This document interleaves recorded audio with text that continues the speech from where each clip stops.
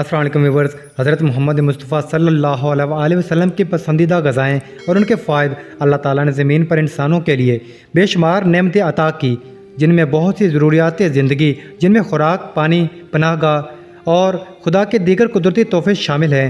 غذا دنیا میں ہر انسان کے لیے ضروری ہے۔ اللہ تعالیٰ کے پیارے حبیب حضرت محمد مصطفیٰ صلی اللہ علیہ وسلم کی عادت مبارکہ یہ تھی کہ جس قسم کا کھانا سامنے آتا اسے تناول فرما لیتے اور نہ ہی کسی خاص قسم کے کھانے کے لیے اہتمام فرماتے۔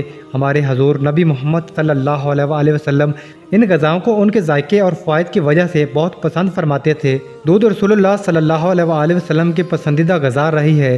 نبی کریم صلی اللہ علیہ وسلم کو دودھ بہت پسند تھا۔ آپ صلی اللہ علیہ وسلم اکثر گائے اور بکری کا دودھ استعمال فرماتے۔ آپ صلی اللہ علیہ وسلم کا ارشاد ہے، کوئی چیز ایسی نہیں جو بعام اور مشروب دونوں کا کام دیتی ہو سوائے دودھ کے۔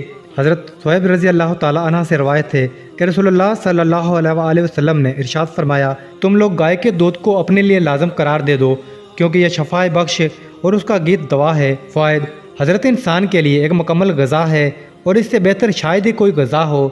دودھ میں جسم کی ضروریات کے مطابق تمام اجزاء موجود ہیں جن سے جسم صحت مند رہ سکتا ہے اور اس کی نشو و نما صحیح ہو سکتی ہے۔ جن علاقوں کے لوگ دودھ استعمال کرتے ہیں ان کی عمریں زیادہ ہوتی ہیں۔